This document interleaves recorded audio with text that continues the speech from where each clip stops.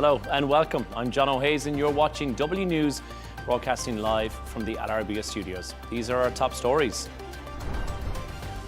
Susie Wiles pushes back on Vanity Fair on a profile that's defending her comments on both Trump and JD Vance. Families mourn the victims of Sydney's Bondi Beach attacks as police charge the surviving gunman. And Warner Brothers shareholders have rejected Paramount's $108 billion takeover bid.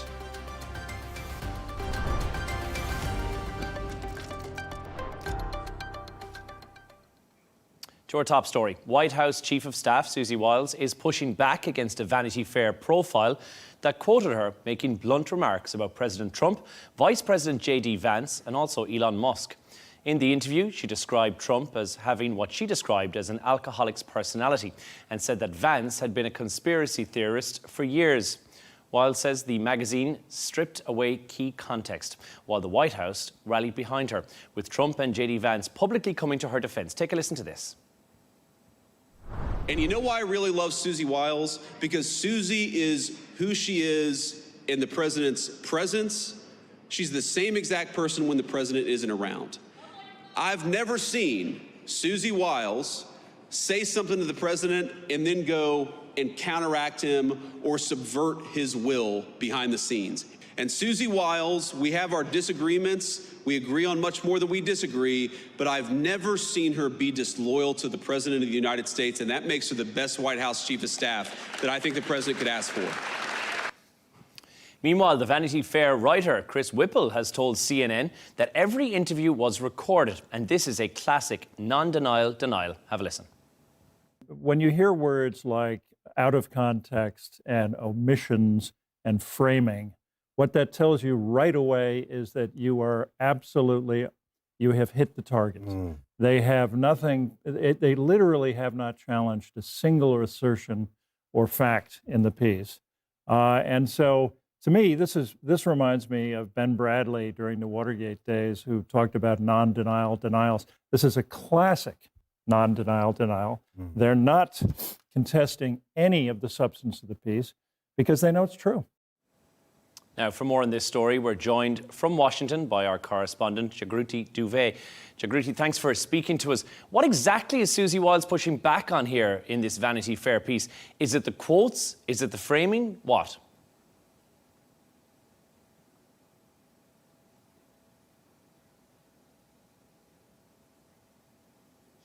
Yeah, it seems to be the framing. If you look at what she said on X when she posted her response to the Vanity Fair piece, she said that the piece she described the piece as a disingenuously framed hit piece on me and the finest president, White House staff and cabinet in history. She claimed that significant context was disregarded and much of what I and others said about the team and the president was left out of the story. So here, she's not disputing what was said and what was quoted about her in the piece, but she is claiming the bias of omission, as Caroline Leavitt, the White House press secretary, put it in her statement responding to this Vanity Fair piece. And it says that, going back to Susie Wiles and her statement on X, she says that she assumes that the piece was done in order to paint an overwhelmingly chaotic and negative narrative about the president and our team. And as we just heard there from Chris Whipple, the reporter, that this is being characterized by him as a classic non-denial denial. She's not denying the contents of what the reporting said, but questioning the framing of it. It is unusual, is it not, for a sitting chief of staff to speak so candidly on the record?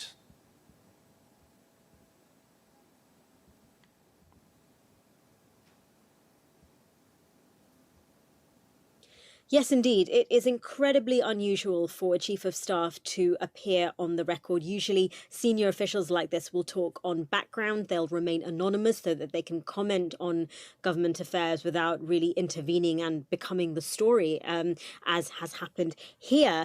And the chief of staff, as a position, is a very rare person to get. And in the Vanity Fair piece, Susie Whipple describes herself as somebody who does not seek to gain attention. But again, that is what has happened here. She has become the spotlight. And so I think what you're seeing is that, in the story itself, Whipple said that over many on-the-record conversations, Wiles answered almost every question that he put to her.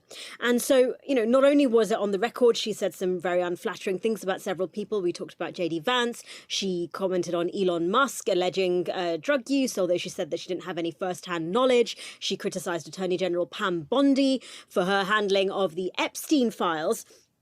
And so, as we say, as is the case here, it's a very rare instance of somebody, a chief of staff, actually speaking so openly. Also rare is what we've seen from the Trump administration and President Trump himself moving very quickly to defend her. Why is that so?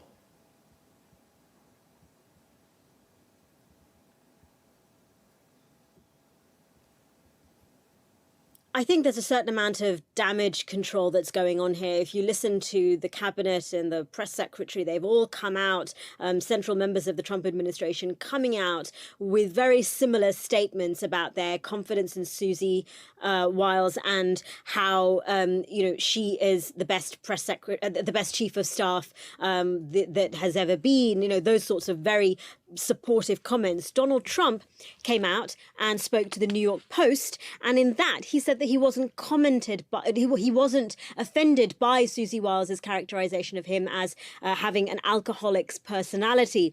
He's famously a teetotaler, but he said to the New York Post that he agrees that he has a possessive and addictive type personality. He said he has confidence in Wiles' ability to continue as his chief of staff. He said he didn't read the Vanity Fair piece, but she's done a fantastic job, Susie Wiles has. And he says that I think from what I hear, the facts are wrong, and it was a very misguided interviewer, purposely misguided of the reporter. And he suggested that she'd been deceived, that he didn't have great access, a couple of very short interviews, he said. And Susie generally doesn't do interviews, Donald Trump said. But of course, as we know, Susie Wiles sat down for 11 interviews with Chris Ripple for this Vanity Fair piece. Jagruti, before we leave you go, does an article like this confirm the long-standing claims of the chaos inside the Trump administration? Does it give some credibility to that claim that we've heard so many times?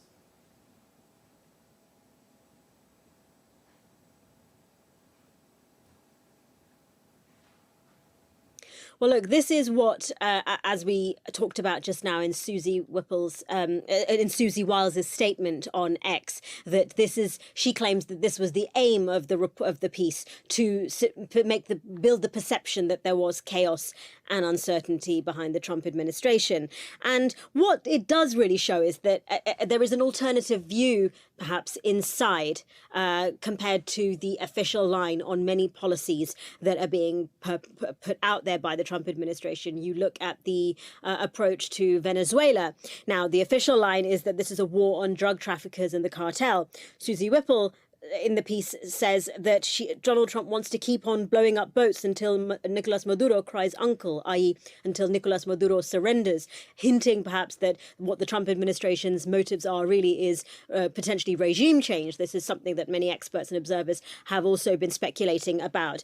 On the another instance of this difference in the official line and maybe an insider's view is on Elon Musk's approach to government efficiencies under the DOGE department.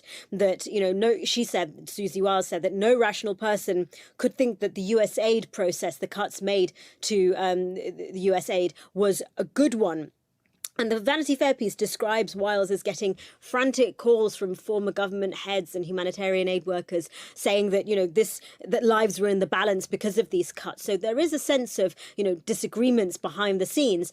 The White House is trying to say, well, look, as we heard from JD Vance, look, we don't agree on everything, but Susie Wiles is great. This is normal. Others looking at the piece perhaps suggest that, yes, this does point to fractions, divisions between the official line that the president is trying to put forward and the views of some of his closest advisors. Jagruti Duvet in Washington, thank you so much for joining us. We are going to continue this chat now. We are joined by retired US Ambassador Matthew Bryza. Matthew, thanks so much for talking to us. This Vanity Fair article, is it a fair portrayal? Or is it maybe an example of hostile media coverage, do you think? Well, I think it's, a fair portrayal of the reality that every single White House has factions. I spent 40 years working on the National Security Council staff in the White House of President George W. Bush. And it was healthy. We always thought that there were debates. That's the whole idea, that the president decides and everybody else gets their views out there in the open and has a healthy debate. But having said that, it does seem that Chris Whipple, he did take her comments out of context. Perhaps he did want to paint a picture of great chaos inside the White House. Fair enough. Journalists they have the right to have their own agenda. But for me, the criticism of Susie Wiles would be that she wasn't careful enough. For somebody like me who did a lot of media when I was a U.S. government official, you're taught a couple things in the beginning. Number one, you do not have to say anything, no matter what question you're asked. You don't have to answer it to give the answer that the journalist, if he or she's being provocative, wants you to give. And number two, be absolutely sure that you know what the ground rules are, i.e., is the interview on the record, meaning anything you say, not everything, but anything you say can be used and attributed to you, or do you have some protection? Are you speaking on, let's say, not for attribution basis, where you can get the facts out in the open through the journalist, but the journalist cannot quote you? It seems Susie Wiles, who is not experienced in giving press conferences, in fact, one of her great strengths for President Trump is she shuns the media spotlight. She made that mistake. She felt too close to the journalist, maybe. She was having fun, and she didn't know what the ground rules were or didn't keep them in mind. And she said things she didn't have to say and should not have said. So let's talk about some of the phrases that were used. And the one that's making the headlines, that Trump has an alcoholic's personality, and she used her own personal experience to reference that as well. Is that a blunt honesty for a man who, as you rightly mentioned a few moments ago, is a teetotaler, or is this some sort of political ammo that was being used here? I don't think so. She really is an amazing loyalist. I worked at a lobbying firm for a little while that both Susie Wiles and Attorney General Pam Bondi were working at the same time. And I even worked on a couple projects with Attorney General Bondi before she was Attorney General. And I know that their bond of friendship is as strong as can be. So I don't think this was premeditated or that Chief of Staff Wiles was trying to undermine anyone's reputation. I think she was just sloppy. So there's the mention of the tensions around JD Vance and Elon Musk as well. And that's mentioned in this interview quite extensively. Is it exposing that real tension that's actually going on behind the scenes? Yeah, it is. Yes, there was that tension for sure. I mean, obviously few of us on this planet have ever met Elon Musk. Maybe on other planets they will, on Mars someday. But, he is notoriously a very difficult personality to handle and odd. And of course he is, because he truly is a genius. And, the old cliche is genius is part brilliance and part insanity. And so, yeah, by all accounts, he was very, very difficult to get along with. And there were many reports of him clashing with various people at senior levels of the administration. So I'm sure there's tension there. And then they seem like JD Vance and Elon Musk are very different personalities. So I could imagine them clashing. What do you think is happening here with Donald Trump coming to her defense? Is it loyalty, or is he quite literally trying to contain the damage, as Jagruti, that we spoke to a few moments ago, said that may be the case? That's a great question. It's both of those, but it's more. It's more. It's that President Trump, I think, knows he needs Susie Wiles. By all accounts, she is a great chief of staff, precisely because until now, she didn't say things that would get the administration into difficulty in the media. And because she's, by all accounts, again, I haven't worked with her in the White House, but she's fair, but she also is highly protective of the president. And makes sure that she's doing everything she can to enable the president, rather than President Trump's first-term chiefs of staff, who are often trying to rein President Trump in. Now, her view is different. He's the boss. The American people elected him, not me, and I need to enable him to get the job done and making sure he gets as much advice as possible. So I think probably President Trump views her as indispensable. Now, the question is, would the Democrats ever have gotten away with this kind of language about a sitting president, do you think?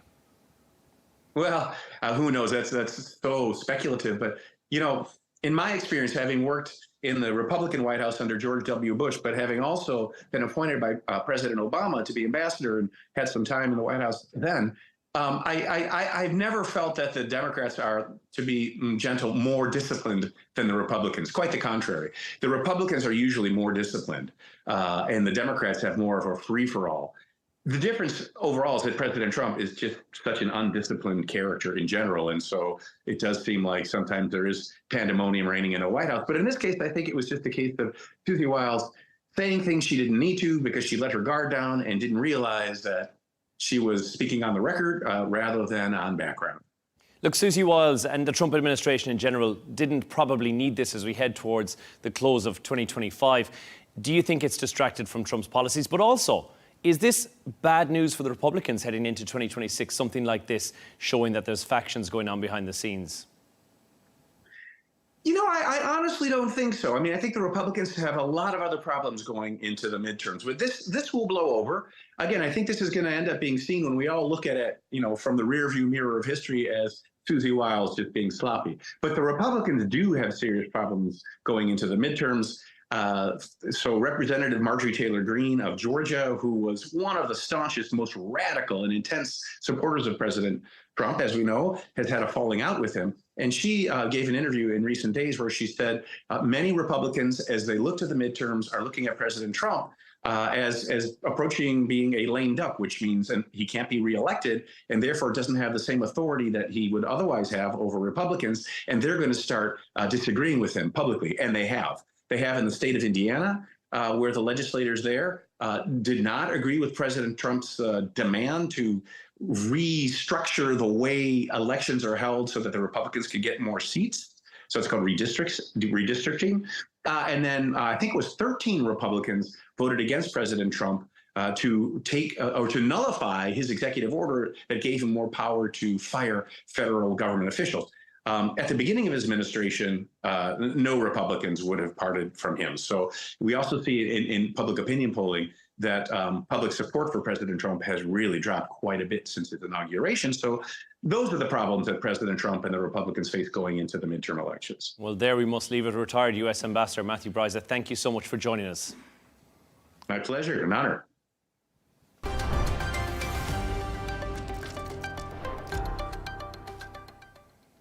To Australia now, families have begun holding funerals for the 15 people gunned down in an attack at a Hanukkah gathering on Sydney's Bondi Beach.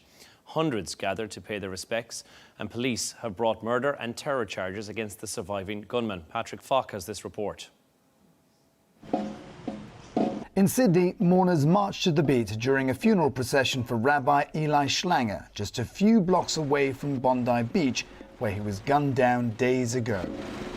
A husband and father of 5, Schlanger had organised Sunday's Chanukah by the Sea event where the attack unfolded. The crowd that had come to pay their respects spilled outside of the synagogue. His daughter is in my daughter's class in school. We had to explain to her yesterday that her friend's dad is no longer with us, no longer coming home. This is not a normal situation. I don't think people understand that we have terrorism on our doorstep. There were emotional scenes also at the funeral of the youngest victim in the attacks, Matilda. Her parents recalled the moments leading up to the massacre that took their daughter's life. Telling me that it's hard to breathe, and I was holding her, and I was like, calm down, please, please, please. I was trying to pull her out, but the shooting would just not stop. We were looking where the cops were. There were no cops. As Australia continues to grieve, police brought charges against one of the men responsible. 24-year-old Naveed Akram faces 15 counts of murder, 40 counts of attempted murder, as well as other charges of terrorism. Police say his car, found at the crime scene, contained improvised explosive devices. He's expected to remain in hospital until he's well enough to be transferred to prison.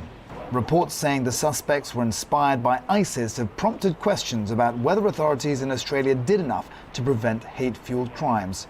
We want to stamp out and eradicate anti-Semitism from our society. We want to also stamp out the evil ideology of what would appear to be, from the investigators, an ISIS-inspired attack. That has no place, that sort of hatred. Meanwhile, investigations are ongoing to try and determine how deep any links with ISIS may have been.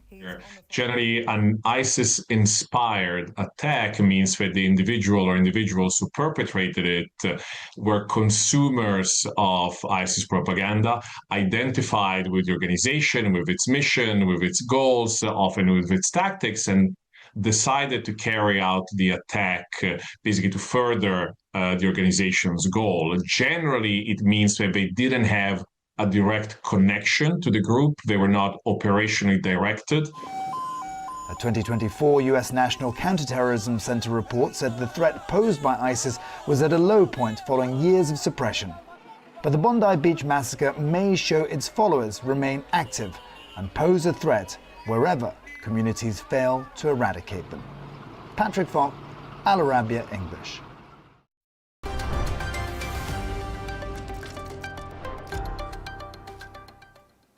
Debris from a downed Ukrainian drone has sparked fires at a Russian oil refinery in Krasnodar overnight, damaging equipment, homes and the power network, though no casualties were reported.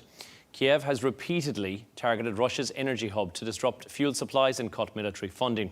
This comes as EU leaders prepare to meet on Thursday in Brussels to decide whether to use frozen Russian assets to fund a repatriation loan for Ukraine. Now, for more on this story, we're joined from Kiev by Ukrainian MP Yulia Surko. Yulia, thanks for speaking to us. How significant is this refinery which has faced the fires to Russia's war effort? Hello from Kiev.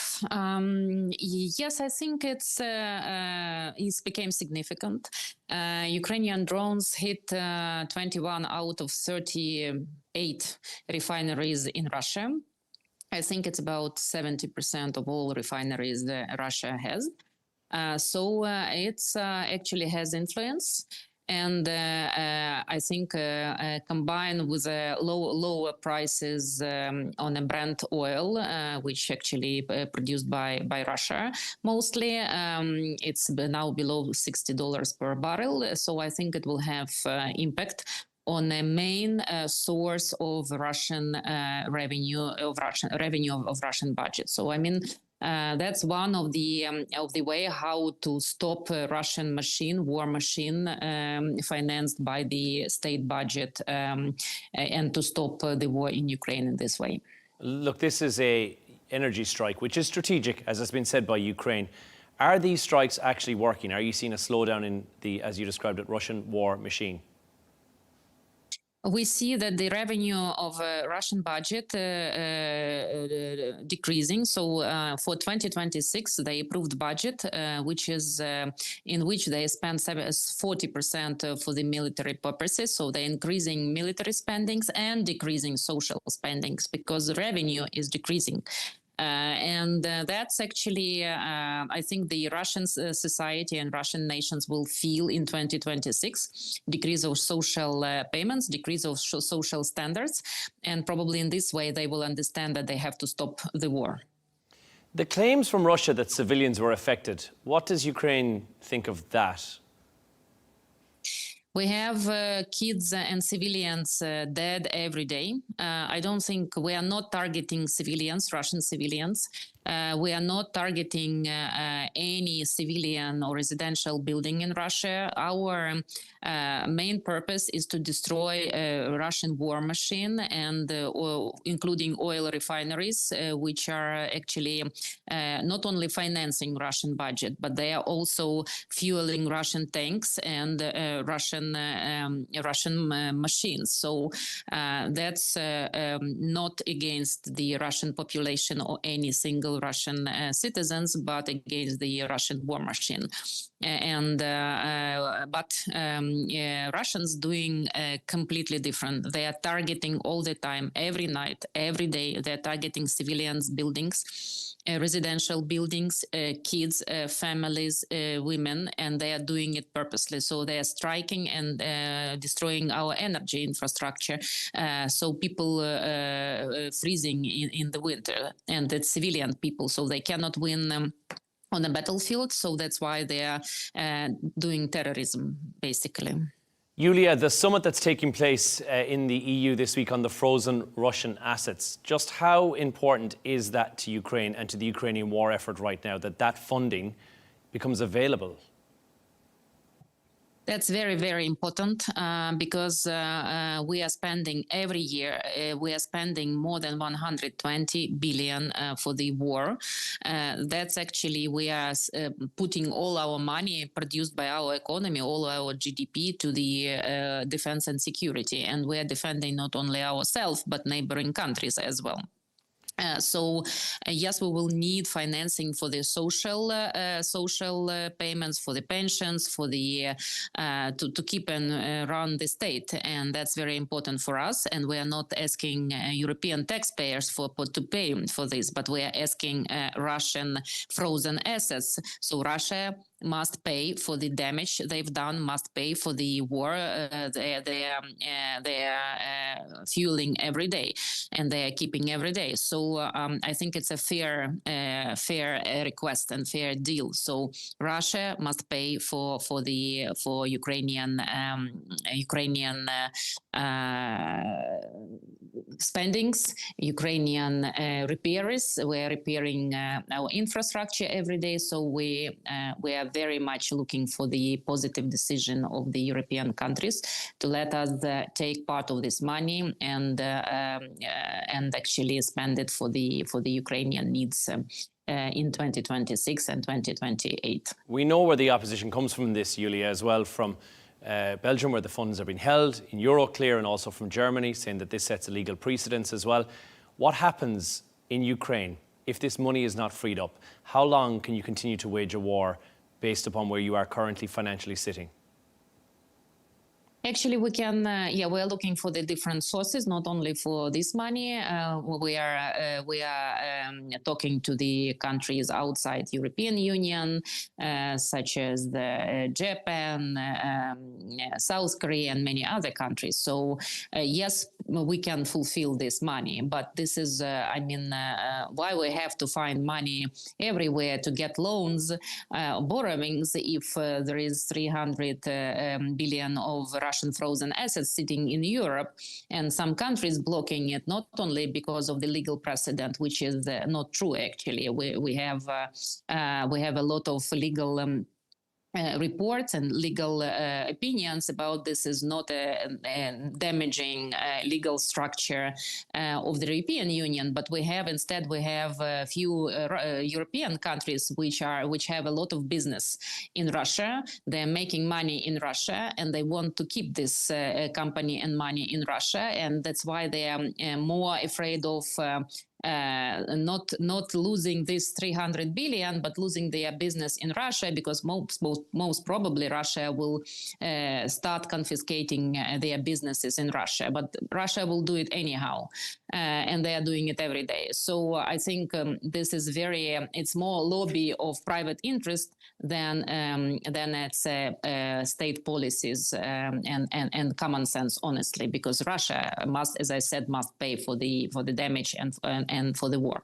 Yulia, just very quickly before I let you go, targeting energy, that raises, I guess, the risk of escalation. Is that a concern for Ukraine right now?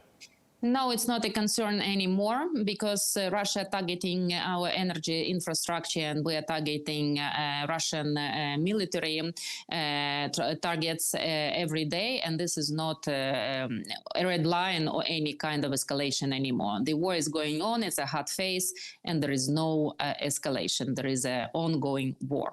Ukrainian MP Yulia Serko, thank you so much for joining us.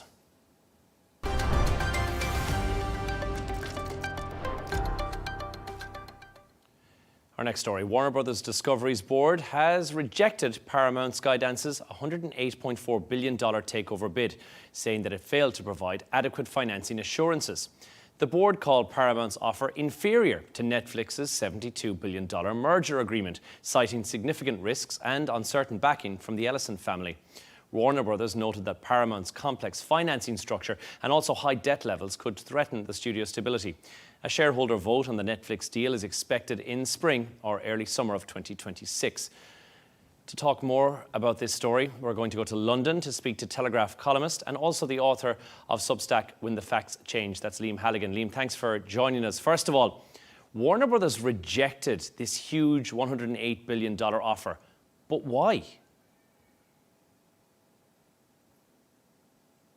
It's a huge story. Warner Brothers, of course, Hollywood royalty, been around since the early 20s, an incredible range of IP at their disposal, everything from Harry Potter to Casablanca, the old Hanna-Barbera cartoons, Bug Bunny, Scooby-Doo, all the way through to Game of Thrones.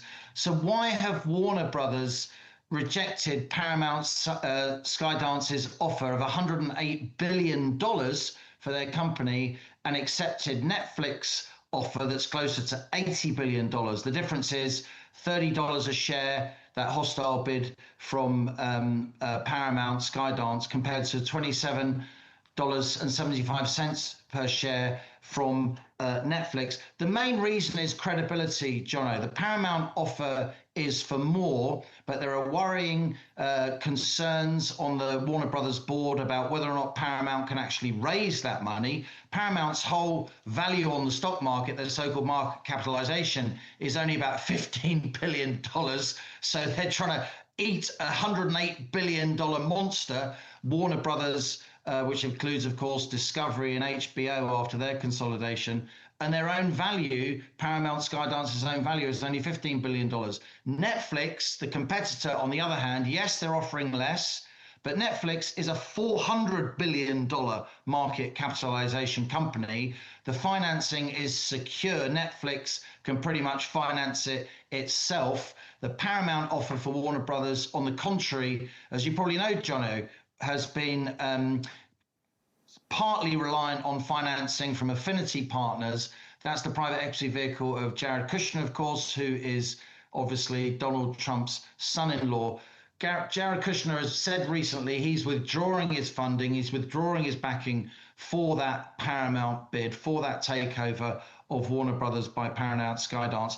And that leaves what the board at Warner Brothers refers to as execution risk. If they go for the Warner Brothers offer $30 a share, if they go for the Paramount offer of $30 a share, can Paramount Skydance actually raise the cash? Netflix clearly can, and it seems this grand old name of Hollywood, Warner Brothers, is going for the Netflix streaming giant, and this points, I think, to a pattern of much more consolidation by the massive tech streamers across the entertainment industry. So Liam, now that's where it fell down. That's why it's not happening. Is it likely that Warner Brothers could come back with an even bigger offer? Is it likely Jared Kushner could come back on board again and then kind of bankroll it to success? Or financially, are Warner Brothers kind of out of the game now? They can't go any higher than this. Are Paramount Skydance out of the game in the bid for Warner Brothers? Well, you may know a bit more about that than me, Jono, because of course Affinity is at least partly funded by a Saudi sovereign wealth fund, which of course is close to where you are. But I have to say, without casting any aspersions on any of the parties, and all the companies involved here are enormous companies with viable economic futures, I don't think when it comes down to it, Netflix are going to lose. They've just got too much value in their corner. I mean, look, Netflix, as I said, they're worth $400 billion. That's far more than the company that they're trying to take over and consume. That is Warner Brothers Skydance. I think Paramount, given that they've only got a $15 billion balance sheet themselves, of course, being a legacy media company, I just don't think they can compete with Netflix unless Affinity came in, and I've no reason to know whether this is true, but you've asked me a hypothetical, unless Affinity came in with an absolute slam dunk cash offer that not only consumed Paramount Skydance, but also their large debts. They've got, a lot of debt on the balance sheet, probably about $30 to $35 billion. It's a bit hard to tell for sure. But unless there's just a huge amount of money dropping from the sky under the heading of Affinity or another credible vehicle that can execute this deal on behalf of Paramount Skydance for Warner Brothers, then it would be my opinion, from where I'm sitting at least, that Netflix are going to win this. And this really carries on the big pattern that we've seen of consolidation across the media industry in general and entertainment in particular. Liam, talk to us about that for a second, the big media consolidation, because now we're going to see Netflix pretty much have the lion's share of the pie here. It's a phenomenal amount of media which they will be in control of. Is that a concern at all? Yeah, Netflix will control, if they do take over Warner Brothers. Obviously, Warner Brothers bought HBO, Warner Brothers bought Discovery. Skydance, on the other hand, acquired Paramount earlier this year. So there are consolidated entities involved in all parts of this kind of love triangle, if you like, between Warner Brothers, Skydance, Warner Brothers and Paramount Skydance, and also Netflix. Though maybe love triangle is the wrong phrase, given that this was a hostile takeover bid for Warner Brothers by Paramount Skydance, of course. We saw Amazon acquire MGM, I think that was back in 2021. Disney acquired Fox, of course, back in 2019. And in 2022, Warner Brothers themselves took on Discovery. A big question now is if this will spark antitrust concerns. What do I mean by antitrust concerns? That's a kind of old-fashioned phrase for when regulatory authorities, in this case, almost certainly the US government, if indeed they do act, think that a particular company has too much market share and they could end up abusing consumers and really thwarting healthy competition because of that market share. It doesn't seem to me that that's going to happen, Jono, if I'm honest. I think most people involved in this deal, putting up big money and publicly going over the parapet, as it were, putting their reputations on the line in a global context with the likes of you and me discussing it on live television, I think they'll have got the regulatory nod. I don't think the president's son-in-law would have got involved to this point unless he had had the regulatory nod. Or it may be, and this is an outside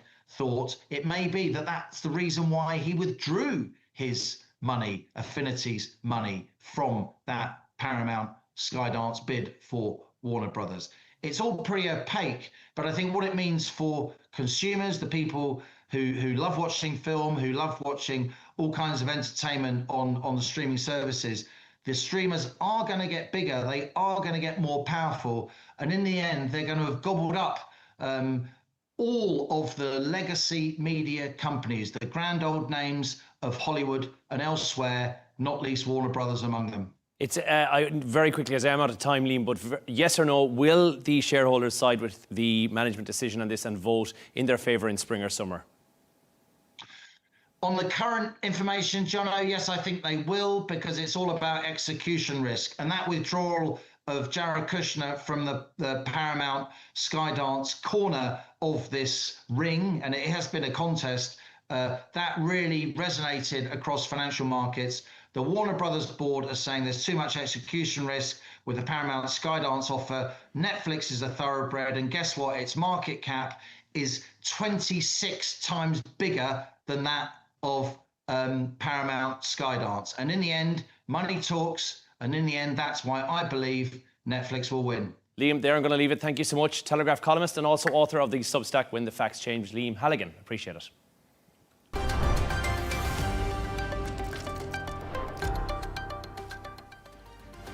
Let's take a look at some of the other stories making the headlines today.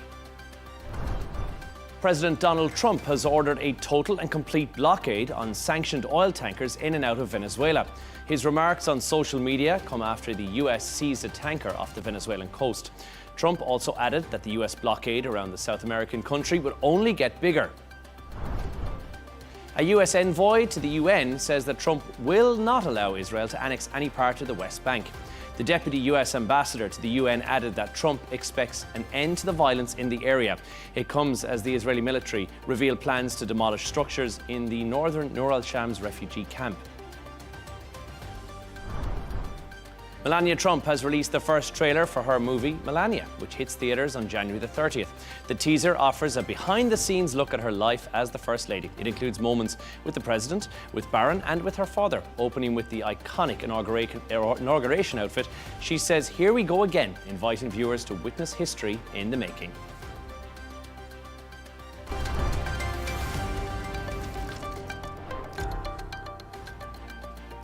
And that's all from us on W News. But don't forget, you can subscribe to our YouTube channel and follow us on X. We're back in just a couple of hours with W News Extra. But for now, goodbye.